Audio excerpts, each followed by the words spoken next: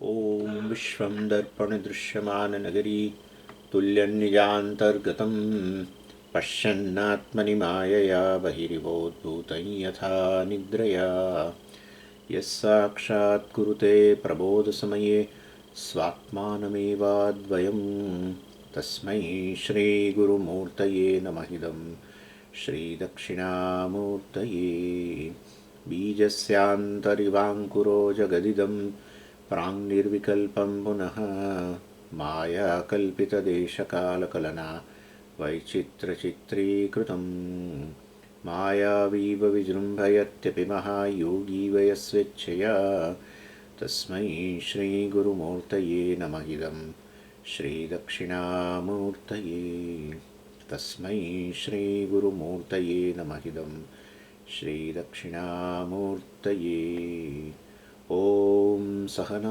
भवतु सहनौ भुनक्तु सह वीर्यङ्करवावहै तेजस्विनावधीतमस्तु मा विद्विषावहै ॐ शान्तिः शान्तिः शान्तिः सदाशिवसमारम्भां शङ्कराचार्यमध्यमाम् अस्मदाचार्यपर्यन्तां वन्दे गुरुपरम्पराम् ॐ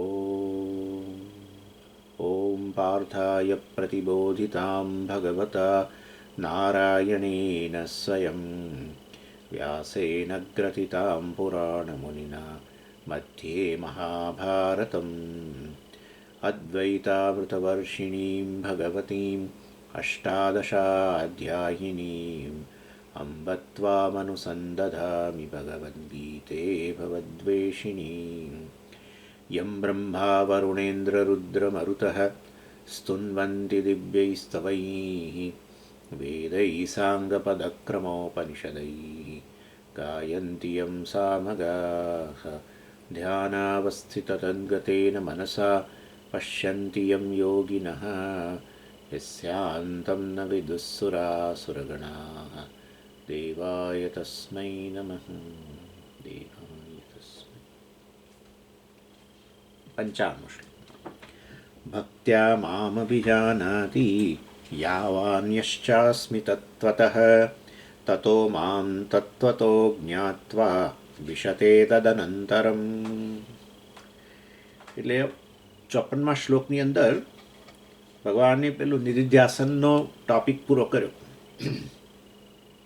અને એનું ફળ પણ બતાવ્યું અને શું ફળ તો જીવન મુક્તિ એ મુખ્ય ફળ વિદેહ મુક્તિ તો હવે બરાબર છે શાસ્ત્ર કે એટલે કે નવો જન્મ વગેરે ન લેવો પડે કારણ કે જીવ ભાવ જ ન રહ્યો જીવ ભાવ હોય તો હોય જન્મ જોઈએ એટલે અસ્તરની અંદર જીવ ભાવ એટલે અપૂર્ણતા હોય કર્તૃત્વ ભોક્તૃત્વ હોય એટલે કર્મ હોય અને એને પ્રારબ્ધ હોય વગેરે બધું સંચિત અને એમાંથી પછી પ્રારબ્ધ એના કારણે નવો દેહ પણ હવે જીવ ભાવ ન રહ્યો એ મિથ્યા જ હતો ને જાણી લીધું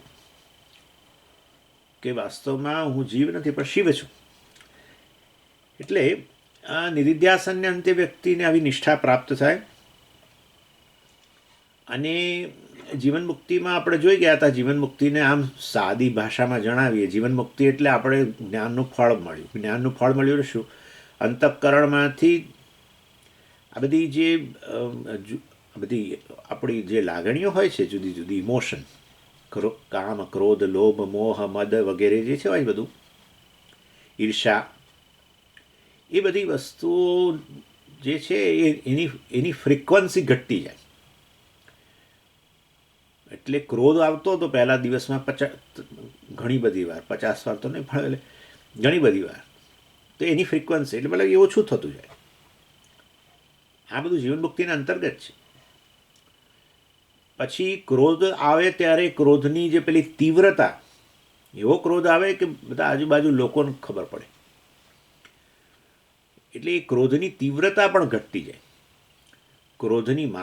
ક્રોધની જે સાયકલ ફ્રીક્વન્સી એ ઓછી થાય ક્રોધ આવે ખરો પણ તો એની તીવ્રતા ઓછી થતી જાય અને ક્રોધમાંથી પાછા નોર્મલ થઈ જઈએ એની વચ્ચેનો જે ગાળો એ પણ ઓછો થઈ જાય પહેલાં તો ક્રોધ આવતો હતો તો આખો દિવસ પછી એવો બસ બધાને છણકા કરતો. ક્રોધ આવે પછી જાય નહીં જલ્દી. પહેલાં એવું થતું હતું, હવે જલ્દીથી ઠંડા થઈ જાય, નોર્મલ બની જાય. એટલે કેટલાક લોકો પૂછે છે ને કે આ અમને હવે જ્ઞાનનું ફળ મળ્યું કે નહીં, કેવી રીતે ખબર પડી? જો આ વસ્તુમાં જો તમને પરિવર્તન દેખાતું હોય તમારા મનમાં, તો માનો કે આ જ્ઞાન અસર કરી રહ્યું છે. એને એફઆઈઆર કહ્યું હતું, ખબર છે? આપણી યાદ છે? એ પોલીસોની એફઆઈઆર નહીં, હા ભાઈ, ફર્સ્ટ ઇન્વેસ્ટિગેશન રિપોર્ટ એ નહીં, આ તો આપણી એફઆઈઆર છે. ફ્રીક્વન્સી, ઇન્ટેન્સિટી અને રિકવરી પીરિયડ. ચાલો, એટલે આ વાસ્તવની અંદર આ વેદાંતનું જ્ઞાન એને એસિમ્યુલેટ કરવું, નિધિધ્યાસન વગેરેથી, અને એને કારણે જીવન મુક્તિ ફળ, એ બધી ચર્ચા કરી. એટલે એ દ્રષ્ટિએ જ્ઞાનીઓમાં આપણે ભેદ કરી શકીએ ખરા. જ્ઞાન 3 લોકોએ પ્રાપ્ત કર્યું, સમજો, કલ્પના કરો આવી કે 3 જણાએ જ્ઞાન પ્રાપ્ત કર્યું, 3ને એકદમ સ્પષ્ટ છે, પણ એ જ્ઞાનને આત્મસાત કરવામાં ગ્રેડેશન હોય છે. જેમ કે 3 પેલા રસગુલ્લા હોય, 3 જુદી જુદી પેલી વાડકીની અંદર, અને એમાં પેલી ચાસણી ભરેલી હોય, પરંતુ એક રસગુલ્લાની અંદર ચાસણી બરાબર શોષાયેલી છે, બીજામાં હજુ ઓછી છે, ત્રીજામાં એનાથી ઓછી છે.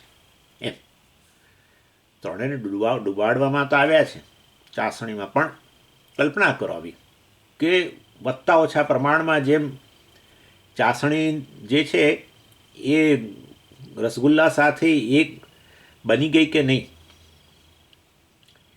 એવી રીતે જ્ઞાનીઓમાં કેટલાક શાસ્ત્રો ભેદ પાડે છે. બ્રહ્મવિત વરિયાન બ્રહ્મવિત વરિષ્ઠ. બ્રહ્મવિત એટલે બ્રહ્મવેત્તી ઇતિ બ્રહ્મવિત, બ્રહ્મને જાણનારો એટલે કે આ જ્ઞાની. એ જ્ઞાનીએ એની જ્ઞાનની સ્પષ્ટતા, એટલે આ રીતે આત્મસાત, એસિમ્યુલેશન કહીએ ને આપણે, એ હજુ કેટલા પ્રમાણમાં કર્યું છે એના આધારે જ્ઞાનીઓમાં આવો ભેદ ઘણા શાસ્ત્રો પાડતા હોય છે. એ બતાવે છે કે આ જ્ઞાન તો પ્રાપ્ત કરી લીધા પછી જ્ઞાનને આત્મસાત કરવાની જે પ્રક્રિયા છે એમાં વધતા ઓછા પ્રમાણમાં હોય છે. કેટલાકને મતલબ સ્પષ્ટ થઈ ગયું હોય છે. સમજીએ, પછી જ્ઞાનની સ્પષ્ટતા ન હોય તો તમે એને જ્ઞાની કેમ કહો છો? જ્ઞાની જ કહેવાય ને. વાસ્તવમાં એવું છે કે બ્રહ્મ આત્મા છે એવું તો એને ખબર પડી જ ગઈ ને, પણ એ આત્મા એટલે હું ને, માટે હું જ બ્રહ્મ એ હજુ નથી. આત્મા બ્રહ્મ છે એમ કહે છે. ના, એવું તો કહે જ નહીં ને, આત્મા એટલે હું, એ તો મને એને ખબર હોય જ નહીં, બધું ખબર હોય. આત્મા એટલે હું, માટે હું બ્રહ્મ છું, પણ બોલતા હજુ અચકાય છે, અને હજુ એ પોતાને જીવ જ માને છે, તો પછી હજુ આત્મસાત તો થયું જ નથી ને. એટલે આત્મસાત કરવાની પ્રક્રિયા નિધિધ્યાસન વગેરેથી દ્વારા, અથવા બીજા અવરોધો હોય, સાધન ચતુષ્ટય સંપત્તિ પ્રમાણમાં ઓછી હોય તો પણ આવું થાય. સાધન ચતુષ્ટય સંપત્તિ ઓછી હોય ને તો એટલે મનમાં બધા રાગ દ્વેષ આ તે બધું ફરતું હોય બહુ, એના કારણે સરળતાથી એબ્સોર્બ ના થઈ શકે, અને એના કારણે આવો ભેદ પડતો હોય છે. પણ એની વે, એટલે આ નિધિધ્યાસન ફળની વાત કરી, અને નિધિધ્યાસન વિશે પણ આપણે ચર્ચા કરી 50 થી 54 વચ્ચે. અને 55મા શ્લોકમાં ભગવાન હવે આ નિધિધ્યાસન જે ટોપિક જે છે એનું અહીંયા સમરી આપે છે. શું કહે છે જુઓ. કહ્યું ભક્ત્યા એટલે શું? ભક્તિ વડે, એટલે કે નિધિધ્યાસન વડે. ટોપિક એ ચાલે છે ને આ ભક્તિ એટલે નિધિધ્યાસન. ભાઈ ભક્તિ વાસ્તવની અંદર કોઈ પણ ધાર્મિક સાધન કે આધ્યાત્મિક સાધન જે છે એને ભક્તિ જ કહેવાય. ધાર્મિક સાધનની અંદર તો પૂજા જપ વગેરે બધું કરીએ, કીર્તન. એટલે વાસ્તવની અંદર પેલી નવધા ભક્તિ જે કહીને એમાં તમે જો જુઓ તો શ્રવણમ કીર્તનમ વિષ્ણોઃ સ્મરણમ પાદસેવનમ અર્ચનમ દાસ્યમ સખ્યમ આત્મનિવેદનમ. શ્રવણમ કહ્યું. શ્રવણમ એટલે શું? શ્રવણ કરવું. શેનું શ્રવણ કરવું? ઈશ્વર વિષયક શ્રવણ કરવું એને ભક્તિ કહેવાય. પણ ઈશ્વર વિષય તો ઈશ્વરનું એક રૂપનું શ્રવણ કરતા હોય, સગુણ રૂપનું, ભક્તિ જ કહેવાય. ભાગવતની અંદર ભગવાનની લીલાઓ ને વગેરેનું શ્રવણ કરતા હો, ભક્તિ. ભગવાનનો જન્મ હે ને, જન્મ કર્મ છે મેં દિવ્યમ યુમામ વેત્તિ તત્વતઃ.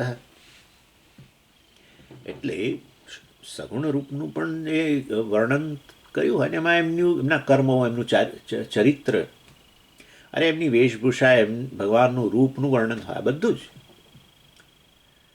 કારણ કે ભગવાનના રૂપનું વર્ણન થતું હોય ત્યારે આજે ભક્ત હોય એનામાં કંઈ કામ થોડો ઉત્પન્ન થાય, ઉપરથી પવિત્ર થતું જાય અંતઃકરણ. પવિત્રાણામ પવિત્રમ્યો મંગલાનામ ચ મંગલમ. પવિત્રાણામ પવિત્રમ્યો, જગતની અંદર જેટલી પવિત્ર કરનારી વસ્તુઓ છે, અગ્નિ વગેરે, એ સર્વથી પણ પવિત્ર છે. અથવા એ પવિત્ર કરનારી વસ્તુઓમાં સાચી પવિત્રતાના રૂપમાં અર્થ એ જ રહેલો છે, અગ્નિના રૂપે વગેરે. એની એટલે ઈશ્વર વિષયક શ્રવણ કરવું અથવા વેદાંતનું શ્રવણ કરવું, નિર્ગુણ બ્રહ્મનું સ્વરૂપનું શ્રવણ કરવું આચાર્યના મુખથી, એ ભક્તિ કહેવાય. શ્રવણમ કીર્તનમ, કીર્તન વિષ્ણોહો, વિષ્ણુનું એટલે કે ભગવાનનું. શ્રવણમ કીર્તનમ વિષ્ણોહો સ્મરણમ, પરમેશ્વરનું સ્મરણ કરવું નિર્ગુણ બ્રહ્મના રૂપમાં કે આત્મા છે વગેરે, અથવા તો પરમેશ્વરનું સ્મરણ કરવું સગુણ રૂપમાં.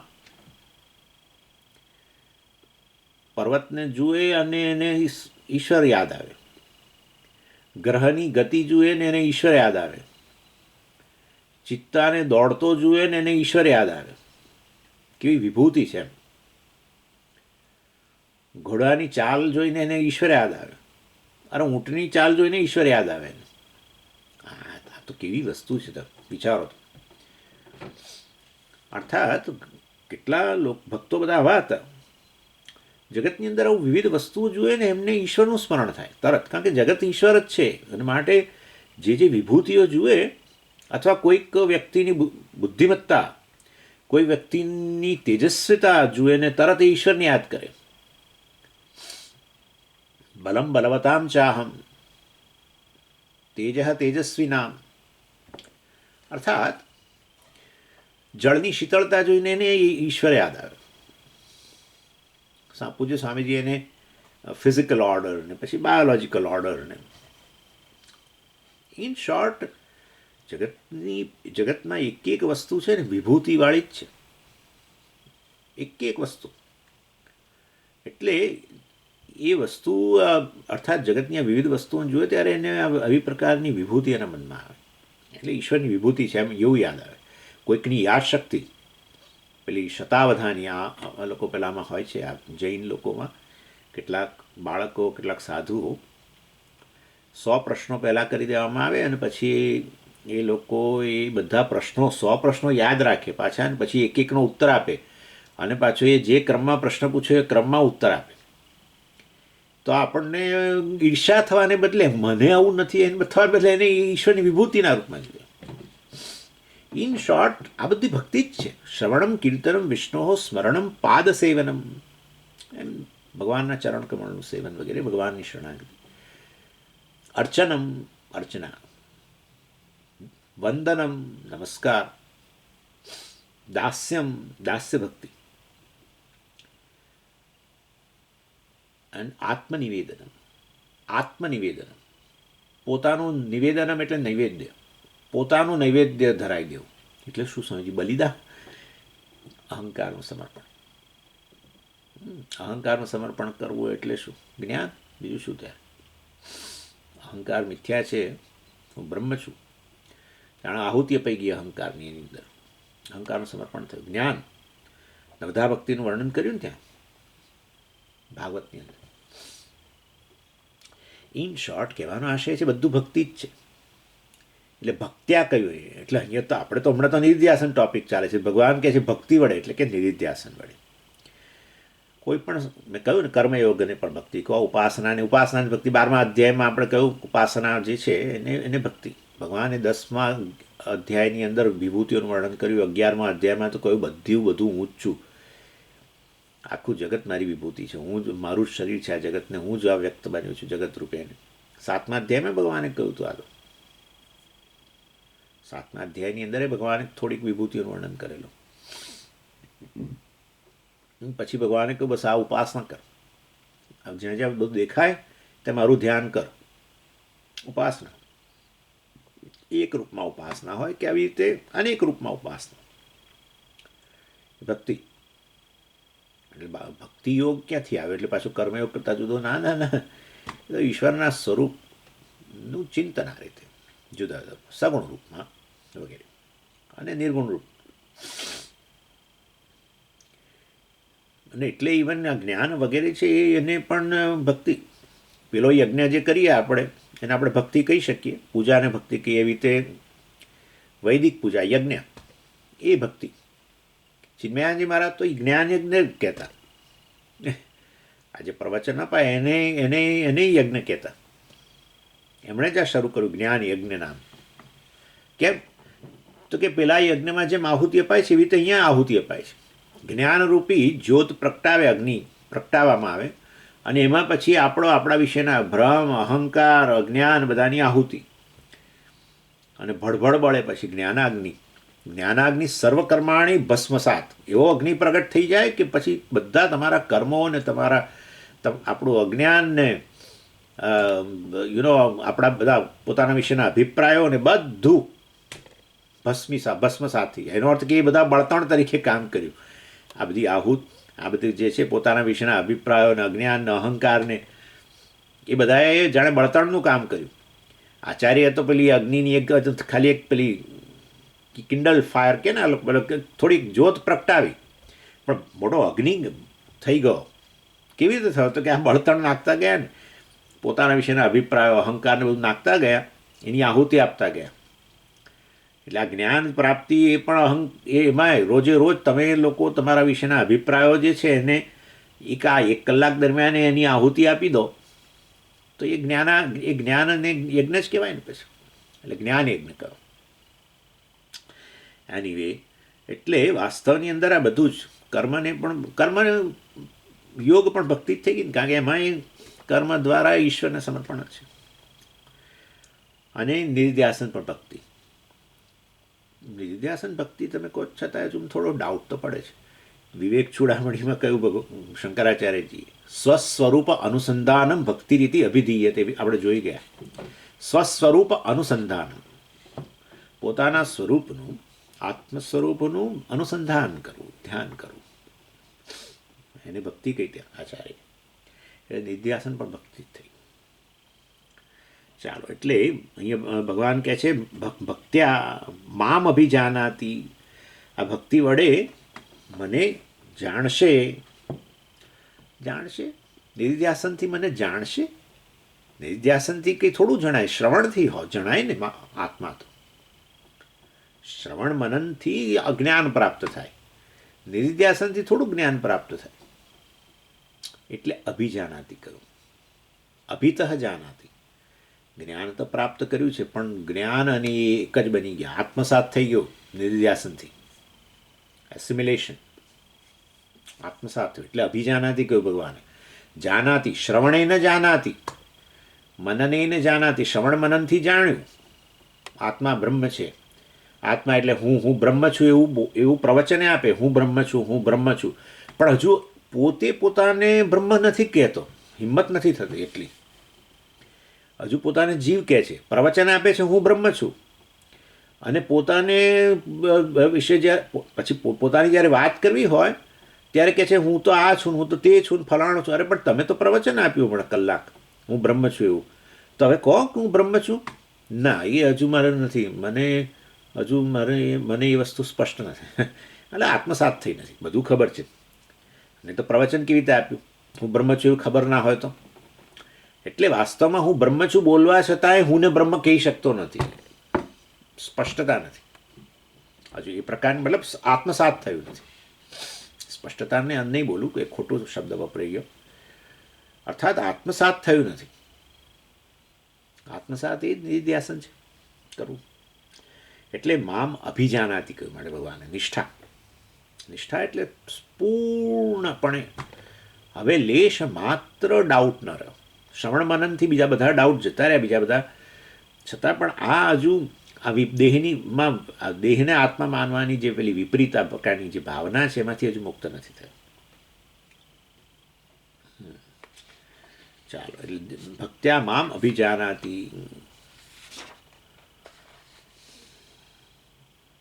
હવે અહીંયા મામ શબ્દનો આમ તો બે અર્થ કરી શકાય છે, કારણ કે આ ભગવાન બોલે છે ને. એટલે જો ભક્ત્યાનો અર્થ નિર્ધ્યાસન કરો તો નિર્ધ્યાસન વડે પરમાત્માની પરાપ્રકૃતિ એટલે મતલબ કે ચૈતન્ય. આ ક્યાંથી શબ્દ લઈ આવ્યા આવો પરાપ્રકૃતિ? એ તો ભગવાને 7મા અધ્યાયમાં કહ્યું, હું બે રૂપમાં છું, પરાપ્રકૃતિ ને અપરાપ્રકૃતિ. એટલે પરાપ્રકૃતિ અર્થાત ચડિયાતી મારી પ્રકૃતિ, અર્થાત હું ચૈતન્ય બ્રહ્મ છું. અપરાપ્રકૃતિ ઉતરતું રૂપ, સગુણ રૂપ ગણો, સગુણ બ્રહ્મ. એટલે ભક્તિ વડે મને જાણશે, બંને રીતે કહી શકાય. અહીંયા તો જો કે નિધિધ્યાસનનો ટોપિક છે, પરંતુ ભક્તિનો અર્થ આપણે બીજો પણ કરી શકીએ. એટલે મામ એટલે એવું પણ કહી શકાય કે મને સગુણ રૂપમાં જાણશે, એ કહી જ શકાય, પણ એ નિધિધ્યાસન વડે નહીં. એ આ કર્મયોગ વગેરે દ્વારા, બીજા ધાર્મિક સાધનોના અનુષ્ઠાનથી એ મને આ સગુણ રૂપમાં જાણશે, અને આ રીતે નિધિધ્યાસનથી મને નિર્ગુણ રૂપમાં જાણશે. એટલે મામનો અર્થ ગમે તે કરી શકાય. ભગવાન કહ્યું કે મને જાણશે સારી રીતે, એટલે સગુણ રૂપમાં જાણશે એવું કહી શકાય ને નિર્ગુણ રૂપમાં જાણશે કહી શકાય. તો પછી ભક્ત્યાનો અર્થ આપણે જુદો જુદો કરવો પડે. એટલે પરમેશ્વરને સર્વજ્ઞ, સર્વશક્તિમાન, સર્વનું કારણ વગેરે આ એ સગુણ રૂપમાં પણ જાણી શકાય. અને એ વસ્તુ પાછી ભગવાને કહ્યું યાવાન, યાવાન જે કહ્યું ને એ સગુણ રૂપ બતાવે છે. હું આટલો એમ, યહ યાવાન અહમસ્મિ, હું જે આટલો છું, મતલબ કે એક મર્યાદિત, સગુણ રૂપ ભગવાનનું મર્યાદિત છે. એટલે મામ યહ આવાન અહમસ્મિ, મને જાણશે, એ વાસ્તવની અંદર એ સગુણ રૂપમાં જાણશે, આટલો આવો જાણશે એમ. અને તત્વતઃ જાનાતી, તત્વતઃ એટલે નિર્ગુણ સ્વરૂપ, તત્વતઃ એટલે ભગવાનનું જે વાસ્તવિક સ્વરૂપ ચૈતન્ય સ્વરૂપ નિર્ગુણ રૂપમાં મને જાણશે. એટલે આ નિધિધ્યાસન કરનાર જે છે આ રીતે એ ઈશ્વરને પચાવે છે. ઈશ્વર સાથે એક થવાનું છે એટલે જાણે તો આપણે જે ભોજન કરીએ, ભોજન આપણી સાથે એક ક્યારે બની જાય? જ્યારે પચી જાય. એ ભોજન છેવટે બધી શરીરમાં ધાતુઓના રૂપમાં આવી જાય, શરીર જ બની જાય એમ. તો કે આપણે કહીએ કે આ ભોજન પચી ગયું. એવી રીતે આ નિધિધ્યાસન કરનારો જે છે એ આ રીતે ધીરે ધીરે ભગવાનને પચાવી રહ્યો છે, ભગવાન સાથે એક થઈ ગયા છે એમ. એટલે બંને અહીંયા અર્થ લઈ શકાય મામના. પણ એક વસ્તુ ખરી કે સગુણ બ્રહ્મની ભક્તિ વગેરે કરતા હો ત્યારે એ ભક્ત અને ભગવાન જુદા હોય, એટલું તો ખરું, એમાં એક ન થઈ શકાય. એટલે એ તો ત્યાં ભેદ રહેવાનો છે કે હું ભક્ત છું અને એ મારા માટે પૂજનીય છે, એ મારા માટે ઉપાસ્ય છે વગેરે વગેરે, એ સર્વજ્ઞ છે અને હું વાસ્તવમાં અલ્પજ્ઞ છું. એટલે એવો બધો ભેદ રહેવાનો, પણ શરણ એનું ઈશ્વરનું શરણ સ્વીકારે છે. એટલે આ ભક્ત્યા મામ અભિજાનાતી યહ યાવાન અહમસ્મિ, હું આટલો છું એ વાસ્તવમાં ભગવાને કહ્યું, એ દ્વારા કહ્યું હું આટલો છું, આવો છું, મતલબ એ સગુણ રૂપ બતાવે છે. અને તત્વતઃ જે કહ્યું એ ભગવાનનું નિર્ગુણ સ્વરૂપ છે.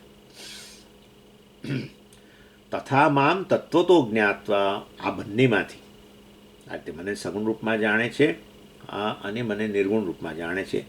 આ બંનેમાંથી વાસ્તવની અંદર મહત્ત્વનું શું, કયું જ્ઞાન વધારે મહત્ત્વનું, કયું ચડિયાતું?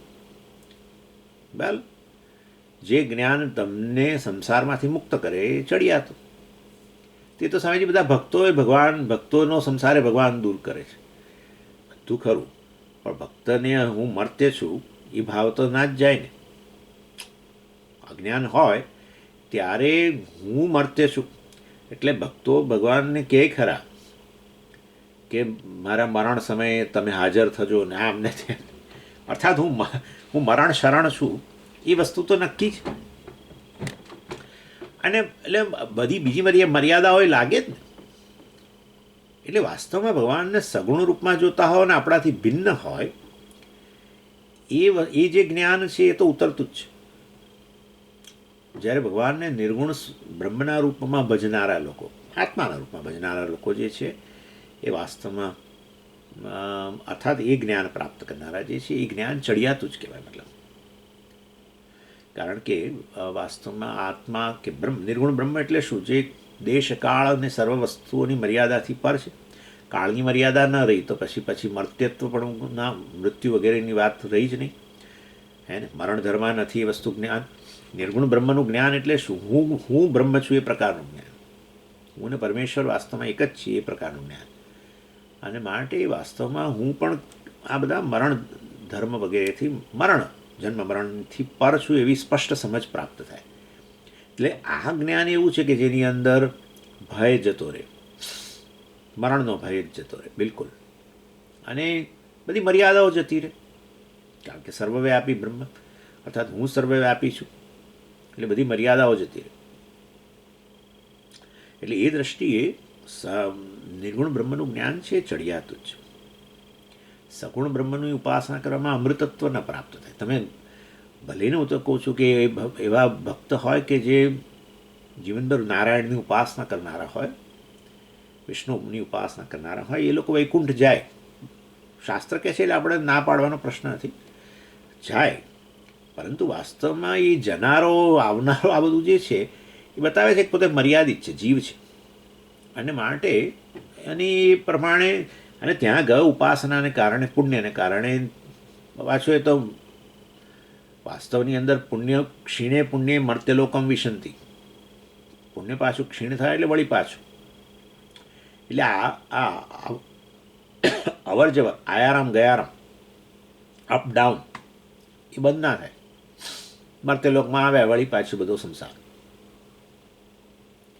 એટલે એક મર્યાદિત વ્યક્તિ, ઇમ્પરફેક્ટ વ્યક્તિ જ્યાં પણ જાય ઇમ્પરફેક્ટ જ રહે.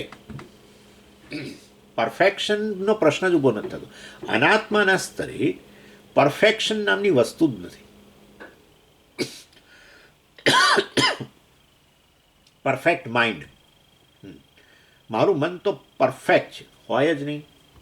શરીર પરફેક્ટ છે, હોય જ નહીં. તમે તો એવી રીતે વાત કરો જાણે તમે, પણ સિમ્પલ વસ્તુ છે. પ્રત્યેક વસ્તુ મર્યાદિત છે તો ભાઈ પરફેક્ટ કેવી રીતે હોય? મર્યાદિત એટલે શું? પરફેક્ટ એટલે અમર્યાદિત, કશી ત્રુટી જ ના, કોઈ પ્રકારની ત્રુટી ના. તો પછી મર્યાદિત કહેવાય જ નહીં ને. ત્રુટી એટલે મર્યાદા. એટલે શરીર હોય એમાં અનેક મર્યાદાઓ, મનમાં અનેક મર્યાદાઓ, ઇન્દ્રિયોમાં અનેક મર્યાદાઓ. ગમે ભલે હું તો કહું છું નોબેલ પેલું પારિતોષિક મેળવનાર વૈજ્ઞાનિક હોય, ભલે આપણા કરતાં કદાચ એ થોડું એની બુદ્ધિશક્તિ ઘણી વધારે, ચાલો માની લઈએ, પણ તોય મર્યાદિત જ નહીં. અનંત બુદ્ધિ છે એનામાં. એવું અનાત્માના સ્તરે ક્યારેય પરફેક્શન ના હોય. એટલે અનાત્મામાં આત્મબુદ્ધિ હોય, ભક્ત હોય તોય શું? અજ્ઞાન આ પ્રકારનો સગુણ બ્રહ્મનો ભક્ત. એટલે હું તો જીવ છું એ મારાથી જુદો જ પતી ગયો, એટલે હું મર્યાદિત થઈ જ ગયો. હું સર્વવ્યાપી છું એવું તો બોલી જ ના શકે.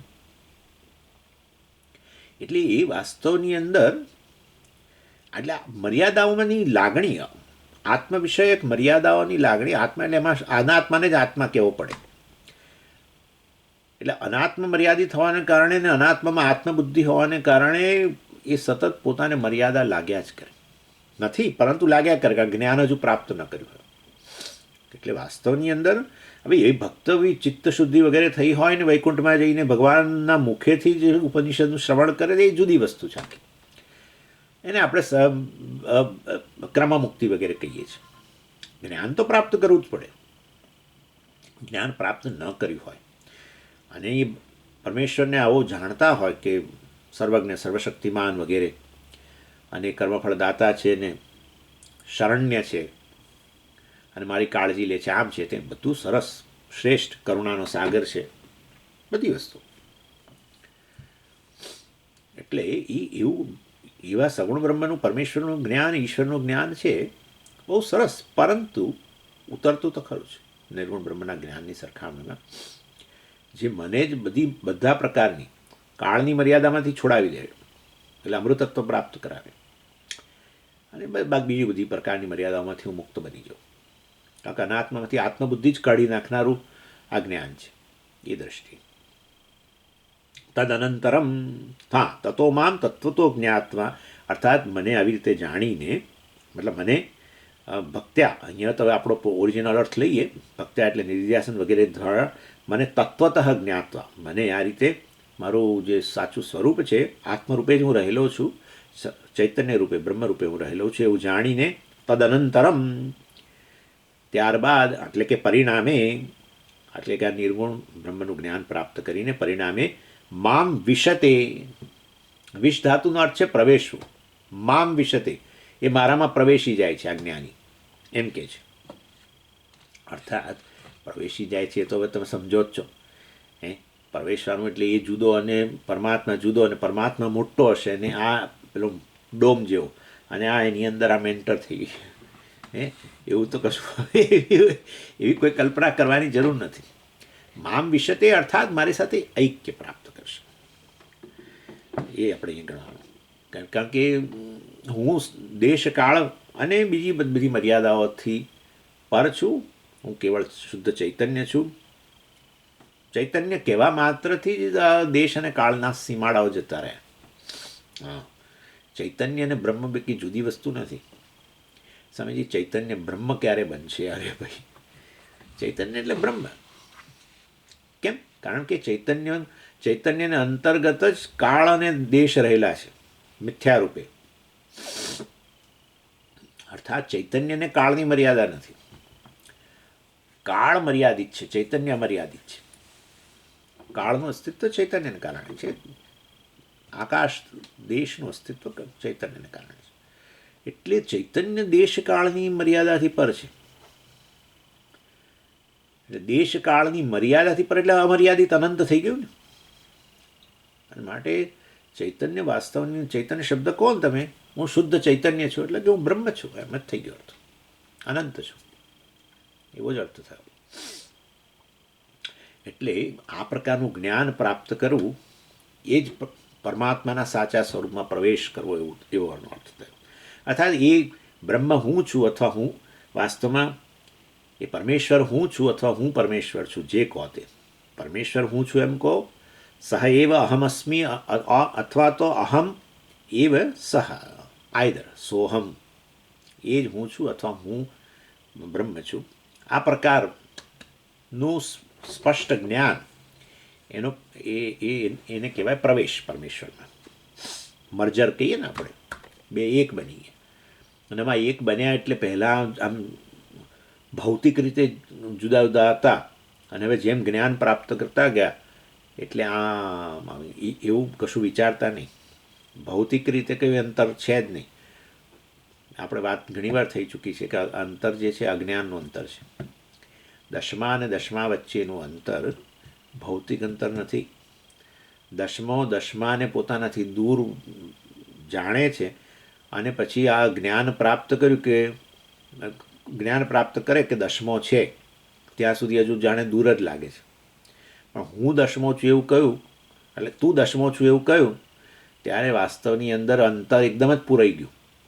તો આ દશમો ક્યાં દોડીને ગયો અને કયા દશમાને ભેટી ગયો, કશું નથી. સમજી ગયા? એટલે અજ્ઞાનને કારણે અંતર છે. એવી રીતે અહીંયા પણ આ બ્રહ્મ જાણે કે પરમેશ્વર મારાથી દૂર જણાય. સગુણ બ્રહ્મની ભક્તિ કરતા હોય તો પણ આવું જ હોય ને. પરમેશ્વર વૈકુંઠમાં છે કે કૈલાસમાં, ફલાણામાં, ઠીકાણામાં, મારાથી અન્ય છે એટલું તો ખરું. એટલું તો હોય નહીં તો ભાઈ એ તો સગુણ બ્રહ્મનો ભક્ત જ કેવી રીતે કહેવાય? એટલે અંતર થઈ જ ગયું, મારાથી અન્ય છે. અમુક સ્થાન પણ એવી કલ્પના હોય આ તે બધું, અને ન હોય કદાચ એમ કે આ જગત પરમાત્મા છે એમ કે, તો એ પોતાનાથી તો જુદો જ વાત કે સગુણ બ્રહ્મનો ભક્ત. અજ્ઞાન છે ને જો, એટલે વાસ્તવની અંદર એમાં અંતર રહે, પણ એ અંતર એ અજ્ઞાનને કારણે અંતર છે. અને આ જ્ઞાન પ્રાપ્ત કરે ત્યારે તો અંતર પૂરાઈ ગયું. એ ભગવાન કહે છે એ મામ વિશતે, મારામાં પ્રવેશી ગયા. એટલે એ કેવળ જ્ઞાનના સ્તરે. જેવી રીતે આ લોકો ઘણા બધા ઉદાહરણો છે એના માટે. તો જેવી રીતે આપણે જ્યારે જાગીએ ત્યારે પેલો જે સ્વપ્ન જોનારો તો ક્યાં સમાઈ ગયો? સ્વપ્ન જોનારો, સ્વપ્ન કરતા કે સ્વપ્ન જોનારો એ પેલા જાગ્રત પુરુષમાં જેમ સમાઈ ગયો એવી રીતે કોઈ પ્રકારનું મેં કોઈક અવાજ આવે ઘણી પેલું શું પેલી ટ્રેનો હોય છે ને, ટ્રેનમાં પેલા ડબ્બાઓ આમ એકબીજા, આ લોકો શું છે શન્ટિંગ કહેતા હોય છે, શન્ટિંગ એટલે આમ પેલા ખાસ કરીને ગુડ્સ ટ્રેનમાં પેલા અમુક ડબ્બાઓ બીજા ડબ્બા સાથે જોડવા માટે ત્યારે ધડામ દઈને અવાજ આવે, આમ ભેગા થાય ને ત્યારે ધડામ. એવું અહીંયા જીવ ભગવાનમાં મળી ગયો ત્યારે ધડામ થયું. ના કશું જ નહીં. જેવી રીતે કેવો સાયલન્ટલી તમે વિચાર કરો, આ સ્વપ્ન જોનારો જો કોઈ કારણસર એકદમ જ જાગી જાય, એવું સ્વપ્ન જોયું હોય કે એકદમ ભડકી જાય અને જાગી જાય, તો એ સ્વપ્ન જોનારો હતો ડ્રીમર, સ્વપ્ન પુરુષ, એ પેલા જાગ્રત પુરુષમાં કેવો મળી ગયો, આમ કેવો સાયલન્ટલી એકદમ જ મળી જ ગયો સાયલન્ટલી. એવું છે આ જીવ જે છે બ્રહ્મમાં આ રીતે લય પામી અથવા પ્રવેશી ગયો. આ બધા બહુ મહત્ત્વના શ્લોકો છે. શંકરાચાર્યજી આ 55 શ્લોકમાં તો એટલી લાંબી પેલું ભાષ્ય લખ્યું છે. અને એ જે ભગવદ્ ગીતાના કેટલાક શ્લોકોમાં જે ભાષ્યકારનું ભાષ્ય જે બહુ પ્રસિદ્ધ છે, એમાં આ 55મા શ્લોક પરનું ભાષ્ય પણ બહુ જ પ્રસિદ્ધ છે. ચાલો એનીવે 56મો શ્લોક.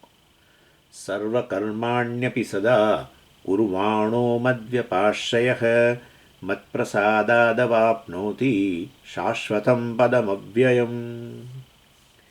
એટલે આ પૂર્વ શ્લોક 55મા શ્લોક સાથે જ્ઞાનયજ્ઞ, જ્ઞાનયોગ, નિર્ધ્યાસન રૂપમાં જ્ઞાનયોગ એ જે છે એ ટૉપિક પૂરો થયો, જે આપણે 50મા શ્લોકથી શરૂ કરેલો.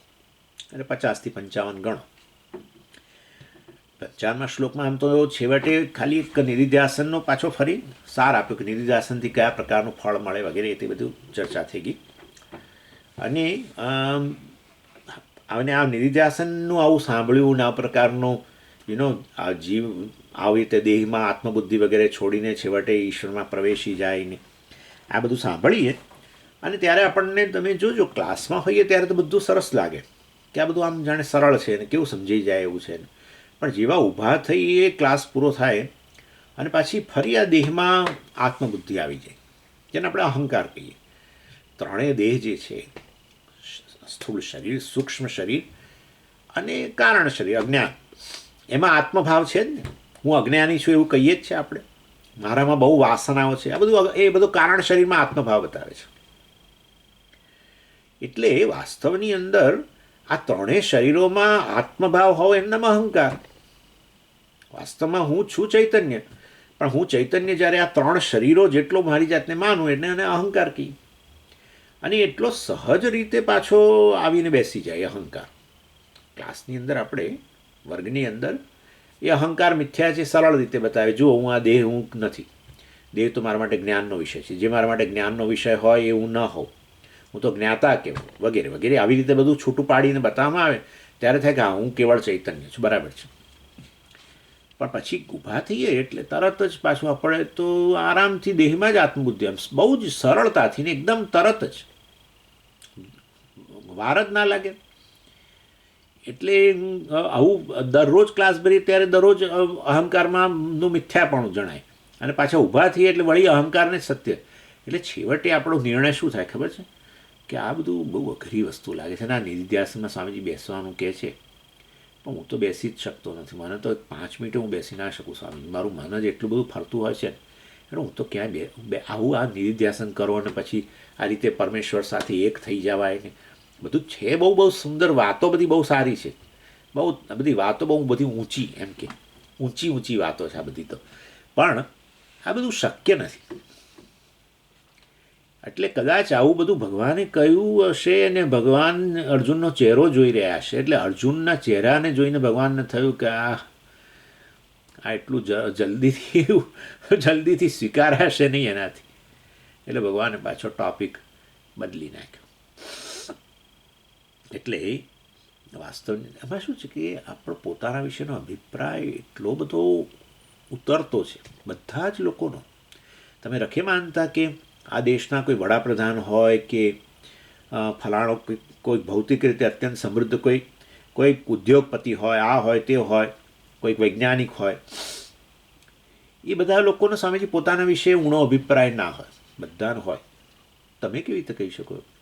કારણ કે તમે એકવાર શરીર, મન, બુદ્ધિને આત્મા કહ્યું એટલે પછી મેં તમને હમણાં જ કહ્યું કે અનાત્મામાં આત્મબુદ્ધિ હોય એટલે પોતાને મર્યાદાઓ લાગે જ, પોતાના વિશે ઊણો અભિપ્રાય રહે જ. જો પોતાના વિશે ઊણો અભિપ્રાય ન રહે ને તો એ વ્યક્તિ પ્રગતિ માટે કશું કરે જ નહીં. પ્રગતિ માટે પ્રયત્ન કરીએ એ બતાવે કે અત્યારે જ્યાં જે સ્થાનના જે પ્રકારનો છું એમાં ઉણપ છે તો જ કરીએ ને પ્રગતિ, નહીં તો શાના માટે કરીએ? દાખલા તરીકે કહું કે હું તો પરફેક્ટ છું બધી રીતે, તો ભાઈ પ્રગતિનો પ્રશ્ન જ નથી. હવે પ્રગતિ એટલે આગળ પ્રકર્ષેણ ગતિ, આમ ઊંચાણ આ તરફ જવું, પ્રગતિ એને કહેવાય. પ્રકૃષ્ટ ગતિ, એમ પ્રકૃષ્ટા ગતિ એવું કહેવું જોઈએ, પ્રકૃષ્ટા ગતિ.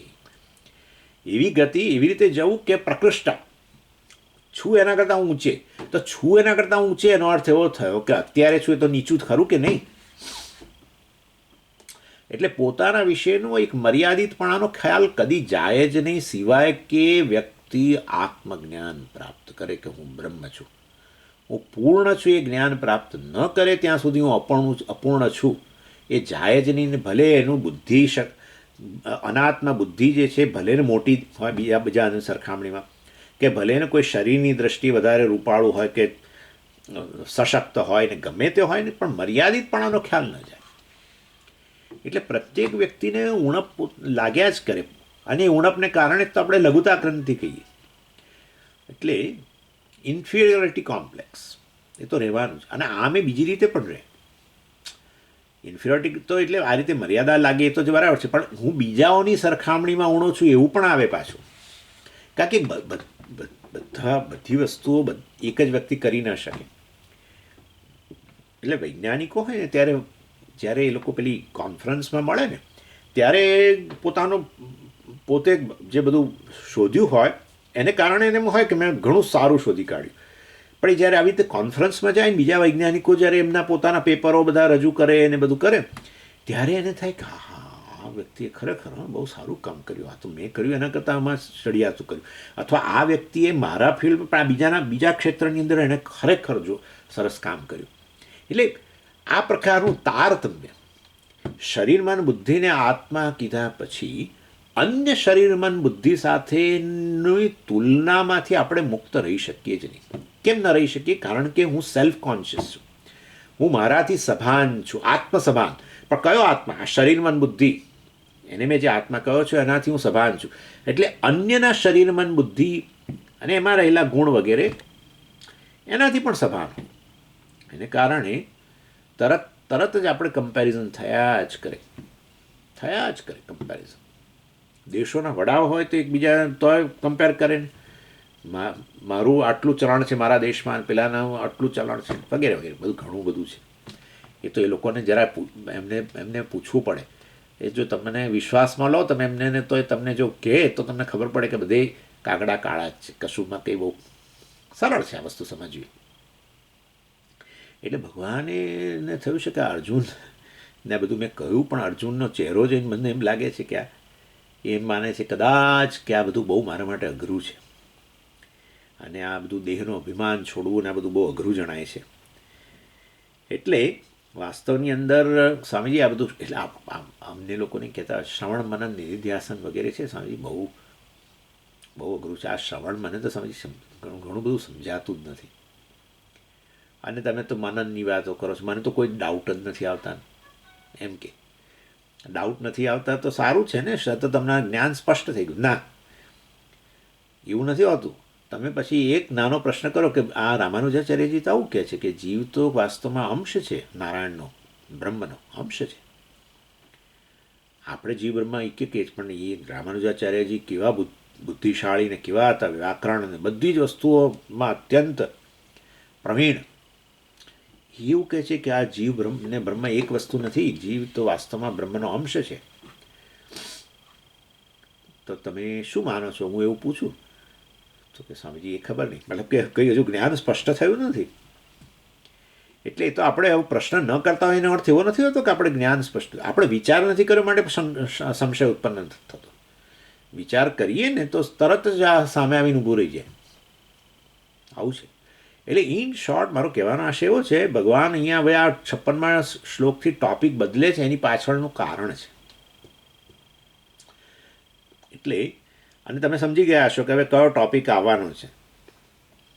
એટલે વાસ્તવની અંદર આ ભગવાન જે છે 56મા શ્લોકની અંદર વળી પાછો પેલો કર્મયોગ જે છે એ લઈ આવે છે. પેલું આપણી સાપસીડીની રમત હોય ને, સાપસીડીની રમત, એમાં જેમ નહીં પેલો વ્યક્તિ આમ પેલા ડાઈસ પેલી નાખતા હોય એ 6 આવે એટલે આમ cut cut cut cut cut cut આમ ચડી જાય ઉપર, ફરી પાછા 5 આવે કટ કટ કટ, એમ કરતાં કરતાં ઉપર પહોંચ્યો છે એ 100 સુધી હોય છે ને, 96 પહોંચી ગયો અને 98માં પેલો સાપ બેઠો છે એ કડકડ કડકડ તો નીચે લઈ આવે સીધું 2 પર.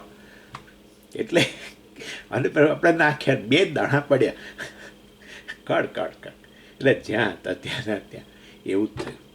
આટલું મોટી મોટી વાતો કરી છેક 96 પર પહોંચાડી દીધા આપણને. નિધિધ્યાસનથી આમ ને મામ અભિજાનાતી ને મારામાં પ્રવેશી જાય ને આમ ને અમરણ ધર્મા બની જાય ને આમ.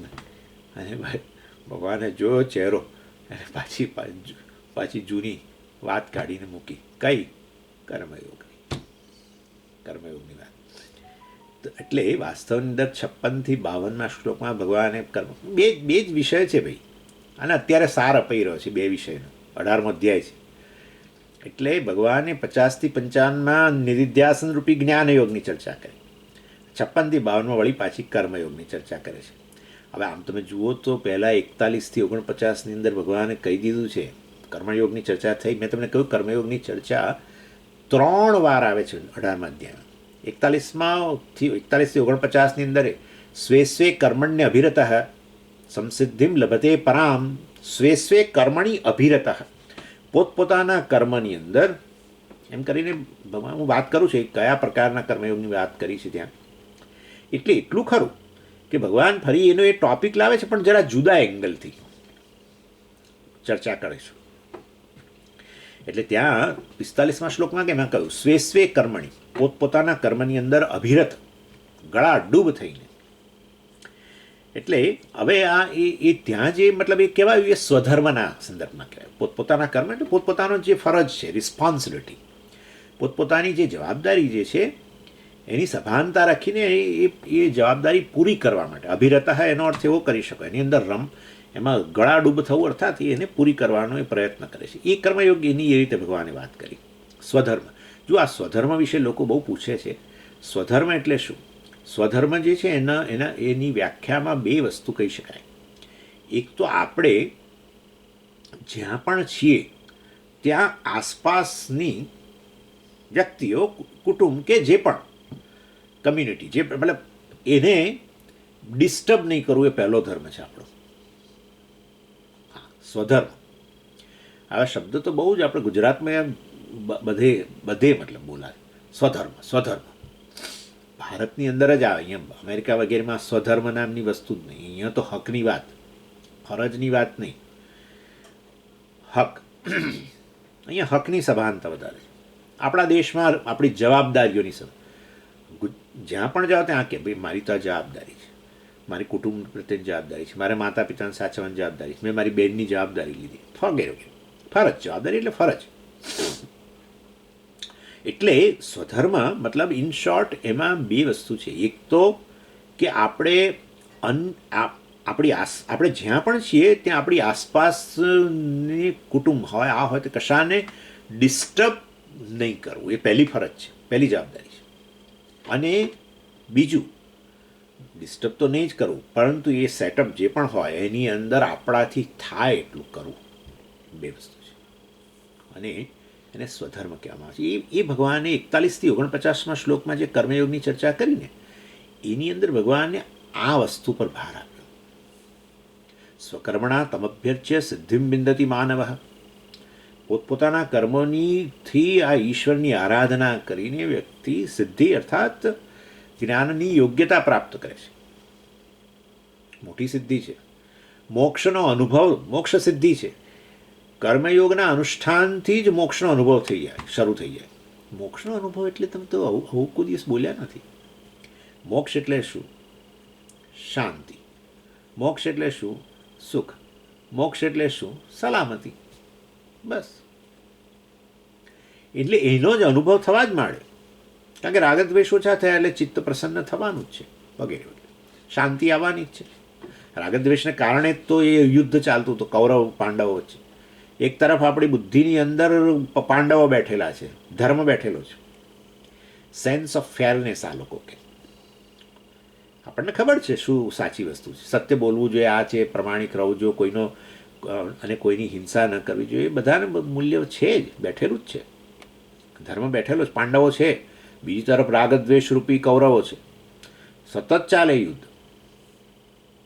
એટલે મન કેટલું ખળભળાટવાળું હોય, વિચારો, યુદ્ધ ચાલતું હોય એટલે ઇન શોર્ટ રાગદ્વેષ ઘટી જાય અને આપણું ધર્મ આપણા કર્મો વગેરે બહુ સહજપણે જ ધર્મને અંતર્ગત હોય તો ચિત્તમાં તો શાંતિ છે જ અને પ્રસન્નતા પણ છે. એટલે મોક્ષનો જાણે અનુભવ શરૂ થઈ ગયો. એટલે ખરેખર હું મોક્ષ સ્વરૂપ છું, અર્થાત સ્વરૂપથી શાંત છું, સ્વરૂપથી પૂર્ણ છું, એટલે કે આનંદ છું વગેરે, એ બરાબર છે. પરંતુ એ પહેલાં જ એટલે ભગવાને સિદ્ધિ કહ્યું, કર્મયોગથી તું સિદ્ધિ મેળવી લઈશ. એટલે જાણે કે મોક્ષ, જાણે કે રિલેટિવલી આપેક્ષિક રીતે મોક્ષ પ્રાપ્ત થઈ ગયો. કેટલો મોટો ફાયદો છે વિચારો તમે. જે વસ્તુ, અને એ વસ્તુ આપણે ઈચ્છીએ છીએ, એવું નથી કે નથી ઈચ્છતા. કોણ નથી ઈચ્છતું શાંતિ?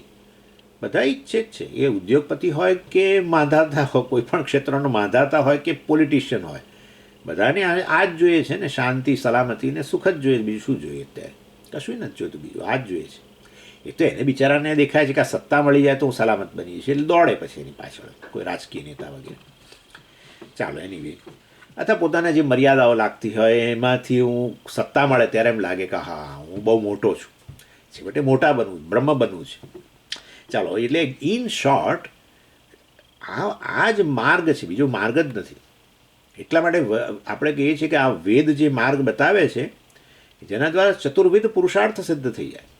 અર્થકામ આપણે સિદ્ધ કરતા હોઈએ એના માટેના કર્મો છે જ વેદ પાસે. પણ એ અર્થકામ વેદે બતાવેલા સાધન દ્વારા અર્થકામ પ્રાપ્ત કરો ત્યારે જોડે જોડે પેલું આપોઆપ ધર્મનું પણ પાલન થતું જાય ને એને કારણે રાગદ્વેષ ઘટતા જાય. અને એને કારણે છેવટે ચિત્ત જે છે એમાં રાગદ્વેષથી નિવૃત્ત બને તો પછી મોક્ષની ઈચ્છા વગેરે જન્મે ને એ રીતે પછી જ્ઞાન, વેદાંત દ્વારા જ્ઞાન પ્રાપ્ત થાય ને મોક્ષ પ્રાપ્ત થાય. આ રીતે આખી સ્કીમ છે, બહુ સાયલન્ટલી આપણને દોરી જાય છેક ધ્યેય સુધી. અર્થકામ પુરુષાર્થે પ્રાપ્ત થાય, ધર્મ પુરુષાર્થે પ્રાપ્ત થાય અને આ રીતે મોક્ષ પણ પ્રાપ્ત થાય. ચાલો, એની એટલે ઇન શોર્ટ એ 41થી 49માં શ્લોકની અંદર ભગવાને જે કર્મયોગની વાત કરી એમાં વાસ્તવની અંદર આ રીતે સ્વધર્મના રૂપમાં ભગવાને કહ્યું. અને એ સ્વધર્મ પોતાની જવાબદારીઓ અદા કરો ને પછી, એટલે આ પ્રશ્ન આપણને બહુ થાય. આપણા લોકો જે છે ને એ લોકો આ જ પ્રશ્ન કરતા હોય છે કે આ બધી જવાબદારીઓ તમે અદાઓ કરી પણ અમારા હકનું શું? આવો પ્રશ્ન આવે ને. એટલે આમ સામાન્ય રીતે એવું હોય કે તમે જેના પ્રત્યે જવાબદારી અદા કરો એ તમારા પ્રત્યે જવાબદારી અદા કરે અને એ રીતે તમને આપોઆપ હક પ્રાપ્ત થઈ ગયો. જેમ કે પિતા, જે બાળકો, માતા પિતા જે છે એમના પ્રત્યે પોતાની જવાબદારી અદા કરે ને માતા પિતા જે છે એમની જવાબદારી તમારા પ્રત્યેની અદા કરે તો એ માતા પિતાની તમારા પ્રત્યેની જવાબદારી તમારો હક થઈ ગયો અને તમારી માતા પિતા પ્રત્યેની જવાબદારી એ માતા પિતાનો હક થઈ ગયો. એટલે આ રીતે હકનું રક્ષણ થઈ જાય. પણ હવે સમહાવ હોય તો એ વસ્તુ તો ખાલી કહેવામાં જ રહી છે. હવે આ પશ્ચિમના દેશો છે બધામાં હકની બહુ પેલી એ છે, હકની પ્રધાનતા છે. તો સ્વામીજી પણ એ તો સારું ને, એ લોકો સુખી હશે. કોઈ સુખી નથી, ભયાનક દુઃખી લોકો છે એના, ભયાનક દુઃખી. અને આપણા દેશના કોઈ ઓછા નથી. તો એમને બિચારાઓને કે અમે ફરજો અદા કરીને અમારી કમર તૂટી ગઈ ને બિચારા એ, એટલે એ એવું જ થાય છે. અમે તો અમારી ફરજો અદા કરીએ છીએ પણ અમારા દીકરાઓ નથી સમજતા એમ કે. દીકરાઓ મારા સમજતા નથી સ્વામીજી, એ લોકો એમની જવાબદારી નથી સમજતા, વગેરે વગેરે. એટલે રીતે દુઃખી થાય, દુઃખી તો થાય જ છે.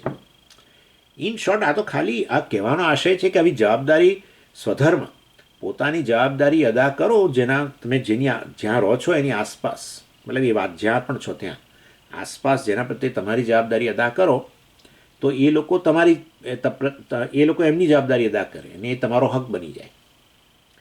એનીવે, એટલે આ પ્રિન્સિપલ આવો હતો, સિદ્ધાંત આવો હતો એકચ્યુઅલી. જ્યારે હવે એ તો કર્મયોગની એ પ્રકારની સ્વધર્મના રૂપમાં ચર્ચા એ 41 થી 49માં પતી ગઈ. હવે અહીંયા જે અત્યારે આ જે ચર્ચા 56 થી 62માં શ્લોકમાં કર્મયોગની ચર્ચા છે, ભગવાન જુદી રીતે કરે છે. નહીં તો આપણને એમ જ લાગે કે આ તો રિપીટિશન છે. તો એવું તો ભગવાન ન કરે. એટલે ભગવાન જુદા એંગલથી આ કર્મયોગની ચર્ચા કરે છે, જેને ભક્તિનો ઉદય કરવો જોઈએ. આપણા હૃદયની અંદર કર્મયોગ એટલે ભક્તિનો ઉદય કરવો જોઈએ, એ રૂપમાં એ ચર્ચા કરે છે. ઈશ્વરની ભક્તિ મતલબ એ પ્રકારે પેલી સ્વધર્મના રૂપમાંથી, આ ઈશ્વર ભક્તિના રૂપમાં છે. એટલે અને ઈશ્વર પ્રત્યે આપણી ભક્તિ ન હોય, ડિવોશન વગેરે ન હોય, તો પછી કર્મયોગ વગેરે રહી શકે નહીં. અને આ વસ્તુ પૂજ્ય સ્વામીજી વારંવાર કહેતા હતા કે ભાઈ કર્મયોગ છે એક સેક્યુલર, એવું સેક્યુલર શબ્દ વાપરતા. ઈશ્વર વગર કર્મયોગ શક્ય નથી. કારણ કે આવું છે ને, એટલે આપણે શું માનતા હતા, કર્મયોગ એટલે બસ આપણે સેવા કરવી વગેરે, બસ અન્ય પ્રત્યે અન્યની સેવા કરવી, એને લોકો કર્મયોગ કહેતા હતા. પણ એવું નથી ખરેખર. દાખલા તરીકે આપણે આશ્રમમાં આવીએ, સમજો આ એક્ઝામ્પલ છે, આ તો આશ્રમમાં આવીએ ને આશ્રમમાં આપણે કંઈક આશ્રમની કોઈક ઘણા બધા કામ હોય, ઘણી બધી જવાબદારી હોય, એમાં કંઈક આપણે ફાળો આપીએ. ચાલો મને આ એકાઉન્ટ્સ આવડે, તમને ચલો મદદ કરીશ, અથવા મને હું આ રસોડામાં થોડી મદદ કરીશ, ફલાણું ઢીકણું. આપણે એમ માનીએ કે કર્મયોગ છે, પણ એ કર્મયોગ નથી. આ તો સેક્યુલર. એટલે સેક્યુલર એટલે શું ખબર છે, ઈશ્વર ક્યાંય નજરમાં નહીં, કોઈ જગ્યાએ આપણે સેવા કરતા હોઈએ પણ ક્યાંય આપણા મનમાં ઈશ્વર ન હોય. આપણા મનમાં આશ્રમ હોય પણ ઈશ્વર ન હોય, તો એ કર્મયોગ નથી. એટલે કર્મયોગ તો વાસ્તવમાં ઈશ્વરને સમર્પિત કર્મ છે. એટલે જ્યાં પણ કરતા હોય ત્યાં હું ઈશ્વરને માટે કરું છું એ પ્રકારનું. પણ એ તો આશ્રમ માટે કરતો, તો એમાં ઈશ્વર માટે કેવી રીતે કહેવાય? પણ આશ્રમ હોય કે જે પણ હોય, બધું આખું જગત જ એનું શરીર છે, એ જ તો અભિવ્યક્ત થયો છે જગત રૂપ. અભિન્ન નિમિત્ત ઉપાદાન કારણ છે. માટે જેની પણ સેવા કરતા હોય, છેવટે ઈશ્વરની એ રૂપમાં તમે સેવા કરી રહ્યા છો, એવું જ થયું ને. અને માટે વાસ્તવમાં એ તમારા મનમાં હોય, કરતા હોય આશ્રમની સેવા, પણ તમારા મનમાં એ હોય કે ખરેખર તો હું ઈશ્વરને જ અર્પિત કરું છું અમારું કર્મ, તો પછી એ કર્મયોગ કહેવાય. એટલે આ પ્રકારે એની ચર્ચા વગેરે હવે શરૂ થશે. ઈશ્વરની ભક્તિ એટલે કર્મના રૂપમાં, કર્મફળ પ્રસાદના રૂપમાં એની થોડી ભગવાન વાત કરશે, પણ જરા જુદી રીતે વાત કરશે. એટલે આપણને એમાં આપણો રસ જળવાઈ રહે. એ ચર્ચા આપણે કરીશું આવતી વખતે. ઓમ પૂર્ણમદ પૂર્ણમિદમ પૂર્ણાત પૂર્ણમુદચ્યતે પૂર્ણસ્ય પૂર્ણમાદાય પૂર્ણમેવાવશિષ્યતે. ઓમ શાંતિ શાંતિ શાંતિ. હરિ ઓમ શ્રી ગુરુભ્યો નમઃ. હરિ ઓમ.